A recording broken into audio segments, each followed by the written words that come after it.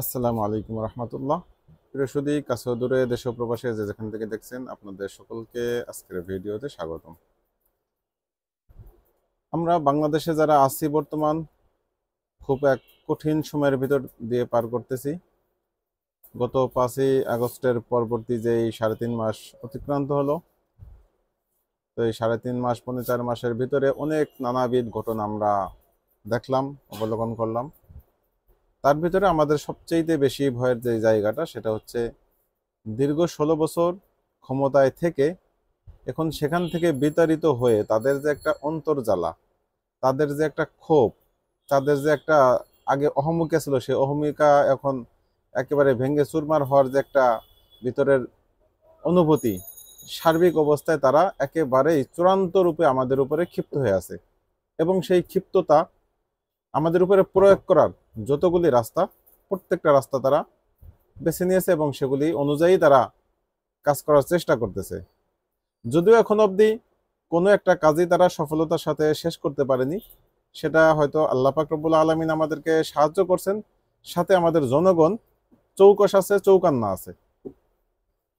দেখেন, সর্বশেষ আমরা হিন্দু মুসলিম দাঙ্গা বাঁধানোর একটা জোর একটা তাদের থেকে একটা দেখলাম, ষড়যন্ত্র দেখলাম। যেই ষড়যন্ত্রর হিসেবে যেই তাদের যেই নাটকের যেই মঞ্চ স্ক্রিপ্ট লেখা, সেই স্ক্রিপ্ট অনুযায়ী তাদের প্রথম কাজ ছিল এই চিন্ময়ের গ্রেপ্তারের সাথে সাথে সেখানে একটা হাঙ্গামা করা, এবং পরবর্তীতে তারা মোটামুটি যোগ সাজসে যে কয়েকটা তাদের ভয়েস রেকর্ড দেখেছি, গ্রুপ কলের ভিতরে যে ভয়েস রেকর্ডগুলি তারা দিয়েছে গ্রুপের ভিতরে, সেই ভয়েস রেকর্ড থেকে যতটুকু স্পষ্ট যে সেখানে তারা আগের থেকেই মানে ইচ্ছাকৃতভাবে জনসমাগম করার একটা পরিকল্পনা ছিল, মিনিমাম 10,000, এবং প্রত্যেকে অস্ত্রশস্ত্র নিয়ে সেখানে যাওয়ার পরিকল্পনা ছিল। এবং পরিকল্পিতভাবেই তারা একজন মুসলিম আইনজীবীকে ধরে কুপিয়ে হত্যা করে। কেন? যে এর কারণে যাতে মুসলিমরা একটা উত্তেজিত হয়ে যায়, তারা উত্তেজনার ফলশ্রুতিতে বিভিন্ন হিন্দুদের বাড়ি মন্দির ভাঙচুর হবে, সারা বাংলাদেশে দাউ দাউ করে আগুন জ্বলবে, এবং এইটার যে আখের ফায়দা, এই ফায়দাটা নেবে আমাদের বিগত ফ্যাসিস্ট সরকারের যে 16 বছরের যে ফ্যাসিস্ট সরকার ছিল সেই তারা। তো আলহামদুলিল্লাহ, আমরা সেই একজন আইনজীবীকে হত্যার পরে সারা বাংলাদেশের সকল মুসলমানকে যেভাবে আমরা ধরতে আহ্বান করেছি, রাষ্ট্র থেকে আহ্বান করা হয়েছে, এবং সকল ওলামা ইকরাম সহ সকলেই কিন্তু ধৈর্য ধরতে বলেছেন। মিজানুর রহমান আজহারি, তারপরে শেখ আহমদুল্লাহ সহ, আল্লামা মামুনুল হক সহ সকলে, হেফাজতে ইসলাম সহ সকলের একই নির্দেশনা ছিল যে এই অবস্থায় আমাদের খুব সংগোপনে এবং খুব সতর্কতার সাথে আমাদের পথ চলতে হবে। যদি আমরা একটু পিছলে খাই তাহলে আমরা পড়ে যাব, আমরা হোঁচট খাবো, এবং আমাদের ঘুরে দাঁড়ানো ফিরে ওঠা অনেক কঠিন হয়ে যাবে। এজন্য খুব সুন্দর এবং খুব বিচক্ষণতার সাথে এই বিষয়গুলি হ্যান্ডেল করা হয়েছে। সর্বশেষ গত শুক্রবারে জুমার দিনে বাইতুল মুকাররমে যে হেফাজতের একটি বিক্ষোভ ছিল, সেই বিক্ষোভ থেকে স্পষ্টত আল্লামা মামুনুল হক ঘোষণা করেছে যে আমরা তাদের পাতা ফাঁদে পা দেব না, আমরা সরকারের বিরুদ্ধে কোনো আন্দোলনে যাচ্ছি না। তবে সরকারকে আমরা হুঁশিয়ারি করতেছি, এই যে একজন আইনজীবী ভাই আমাদের শহীদ হয়েছে, তাকে কুপিয়ে হত্যা করা হয়েছে, এর সুষ্ঠু তদন্ত সাপেক্ষে এর পুঙ্খানুপুঙ্খানু বিচার করা উচিত। যদি সরকার বিচার করতে ব্যর্থ হয় তাহলে হেফাজত বসে থাকবে না, হেফাজত চূড়ান্ত পদক্ষেপ নেবে এবং চূড়ান্ত আন্দোলনের ডাক দিবে। তো হেফাজত শুরুতে কিন্তু আরো বেশ কিছু কথা বলেছে যে এই সরকারকে আমরা সহায়তা করতে চাই, এই সরকারের সফলতা আমরা চাই, এই সরকারের বিরোধী আমরা কোনো কাজ আপাতত করব না, হ্যাঁ, তবে সরকারের পক্ষ থেকে এই বিচারের ব্যবস্থাটা নিশ্চিত করাটা, এটা আমরা দেখতে চাই। তাদের থেকে ঘোষণাটা চাই যে আমরা বিচারের ব্যবস্থা নিশ্চিত করবো, এবং সেই পরিকল্পনা বাস্তবায়নের যে পূর্ব শর্ত সেগুলি আমরা পরিলক্ষিত হতে দেখতে চাই। তো সুন্দর কথা। তো আমাদের সার্বিকভাবে বাংলাদেশের সকল যারা লিডিং এ যারা আছেন, যারা লিডার বর্তমানে, সকলে আলহামদুলিল্লাহ খুব সুন্দরভাবে এই বিষয়টা হ্যান্ডেল করার কারণে জনগণ খুব শান্ত ছিল, এবং এখন অবধি কোনো ধরনের বাঁধেনি, দাঙ্গা বাঁধেনি, বা কোনো একটা হিন্দুর বাড়িঘর পড়েনি। তো এই পরিকল্পনা যখন ভেস্তে গিয়েছে, তখন কিন্তু তাদের বি প্ল্যান ছিল। বি প্ল্যানটা ছিল যে তারা নিজেরা কিছু মন্দির, কিছু বাড়ি ঘরে হামলা করবে হিন্দুদের, এবং সেটা ফলাও করে প্রচার করবে। সেটাও তারা শুরু করেছিল। এক দুইটা ঘটনা ঘটেছে, যেমন আমরা ভৈরবে দেখলাম, গতকাল কিন ক্লাবে নিউজ এসেছে, সেখানে আক্রমণে মন্দির ভাঙচুর হয়েছে, পরবর্তীতে ভিডিও ক্লিপ দেখে, যেটা আমাদের গোবিন্দ প্রামাণিক দাদাও বলেছে, যে ভিডিও ক্লিপ দেখে তারপরে ছাত্রলীগের 3 নেতাকে শনাক্ত করে তাদেরকে গ্রেফতার করা হয়েছে। তার মানে বিষয়টা কি দাঁড়ালো, যে আওয়ামী লীগ যারা এখন ইসকনের কর্মীতে রূপান্তরিত হয়ে গেছে, ইসকন লীগ হয়ে গেছে, সেই ইসকন লীগ এখন কি করতেছে, তারা বিভিন্ন জায়গায় মন্দির, হিন্দুদের বাড়িঘর আগুন দেওয়া, ভাঙচুর করা এবং বিভিন্নভাবে তাদেরকে হ্যারাসমেন্টের শিকার করা।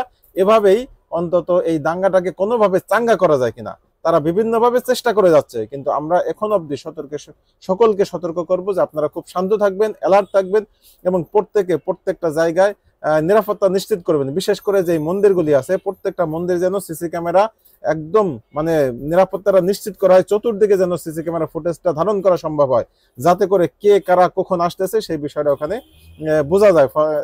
এভাবে নিশ্চিত করতে হবে যে অন্তত বিদেশিদের কুটচাল যেন আমাদের বাংলাদেশে বাস্তবায়ন না হয়। আমরা শুধু এতটুকুই যদি মনে করি যে এখানে শুধুমাত্র আওয়ামী লীগের চাল, তাহলে এটা বিষয়টা ভুল হবে। কারণ এই চালটা শুধু আওয়ামী লীগ না, এটা আভ্যন্তরীণ এবং বহির্বিশ্ব নানাভাবে আমাদের উপরে চাপ আসতেছে। কারণ বিশেষত আমি গতকালকেও বলেছি যে ইন্ডিয়া যাদের বিপক্ষে বা ইন্ডিয়া যাদের পাশে, তাদের জন্য নতুন কোনো শত্রু দরকার হবে না। যেহেতু আমাদের 3 দিকে ইন্ডিয়া রয়েছে, ইন্ডিয়ার সাথে যেহেতু আমাদের এই সরকারটা নতুন সরকার নয়, বিশেষত ইন্ডিয়ায় 16 বছর যেভাবে বাংলাদেশ থেকে একচাটিয়ে ভাবে তারা ফায়দা হাসিল করেছে, এখন যেহেতু সেই তাদের ফায়দা হাসিলের জায়গাটা সংজ্ঞায় পরিণত হয়েছে, তখন তারা খেপা কুকুরের মতো তারা আচরণ করতেছে। এবং এই মোদী সরকার সহ তাদের যে লেলানো বাহিনী রয়েছে, প্রত্যেকটা বাহিনী একই অবস্থা, তারা আমাদের উপরে খুব ক্ষিপ্রতার সাথে ক্ষিপ্ত হয়ে আছে। তারা যে কোনো সময় আমাদেরকে মরণ কামড় দেওয়ার মতো পরিস্থিতি হতে পারে। এজন্য আমি সকলকে খুব ঠান্ডা মাথায় বিষয়গুলি বিবেচনা করতে বলবো এবং ঠান্ডা মাথায় সিদ্ধান্ত নিতে বলবো, যাতে কোনো ধরনের গোলযোগ পরিস্থিতির কোনো অশান্ত না হয়। শান্ত পরিস্থিতির মাধ্যমে আমরা বাংলাদেশকে এক সুন্দর ভবিষ্যতের দিকে এগিয়ে নিয়ে যাব। আর হিন্দু ভাইদেরকে আমরা বলবো যে আপনারা কোনো ধরনের বিভেদ বিভাজনের শিকার হবেন না এবং কারো গিবত, কারো ভুল তথ্য, মিসগাইড বা মিস ইনফরমেশন, এগুলির মাধ্যমে আপনারা যেন কোনোভাবেই পথহারা হন এবং বিপথে চলে না যান, সেই বিষয়ে আমি আপনাদেরকে আহ্বান করব। সাথে সাথে আপনাদের আরেকটা বিষয় বলে রাখি, যে অনেকে মনে করতেছেন যে ইসকনকে বোধহয় নিষিদ্ধ করলে ইসকন আর বোধহয় একই। এই বিষয়টা আপনাদের মাথায় রাখতে হবে যে ইসকন আর সনাতনী ধর্ম দুটো এক জিনিস নয়। ইসকন আলাদা, সনাতনী আলাদা।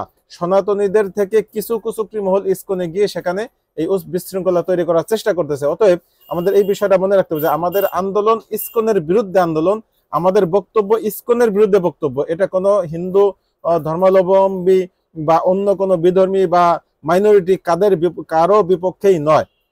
আর ভারতকে আমি বলবো যে আপনারা এখন এত বক্তব্য দিচ্ছেন বাংলাদেশকে নিয়ে, আপনারা আগে নিজেদের চরকায় তেল দেন। ভারতে প্রতিনিয়ত মুসলমান সেখানে নির্যাতিত, সেই বিষয় নিয়ে আপনাদের কোনো কথা নেই, একটু লজ্জাবোধ নাই, একটু আপনাদের দৃষ্টিতে কখনোই এগুলি বাধেও না, আপনারা এগুলি স্বীকারও করতে চান না। অথচ প্রতিনিয়ত আমরা সেখানে খবর পাচ্ছি বিভিন্ন জায়গায় মুসলিমরা সেখানে নির্যাতনের শিকার। সেখানে একজন ইসলামিক স্কলার, পৃথিবীতে যার সুনাম সুখ্যাতি সমগ্র জায়গায় ছড়িয়ে পড়েছিল, ডক্টর জাকির নায়েক, তাকে পর্যন্ত আপনারা সেই দেশে থাকতে দেননি, তাকে আপনারা সেই দেশ থেকে বিতাড়িত করেছেন এবং সে এখন মালয়েশিয়াতে অবস্থান করতেছে। তো এই তো আমরা জানি আপনাদের ভারতের অবস্থানটা কি, আপনারা মাইনরিটিদের কতটুকু আপনারা প্রায়োরিটি দেন বা তাদেরকে কতটুকু সম্মানের সাথে রাখেন, তাদের অধিকার নিয়ে আপনারা কতটুকু সচেতন, এই বিষয়টা আমাদের জানা আছে। অতএব আপনারা এই মাইনরিটি বিষয় নিয়ে, এগুলি নিয়ে আমাদেরকে অন্তত নসিহত করতে আইসেন না। আপনাদেরতে এই বিষয়ে আমাদের যথেষ্ট ভালো জ্ঞান আছে। আপনাদের কাছে আমরা বলবো যে আপনারা বরং আপনাদের মাইনরিটির দিকে চোখ দেন, তাহলেই বরং আমাদের সাথে আপনাদের যেই পারস্পরিক সম্পর্ক সেটা ভালো হবে। খামাখা অন্য দেশের উপরে নাক গলিয়ে পারস্পরিক সম্পর্ক নষ্ট করিয়েন না। আজকের মতো এখানেই, ভালো থাকবেন। আল্লাহ হাফেজ। আসসালামু আলাইকুম রহমতুল্লাহি ওয়া বারাকাতুহু।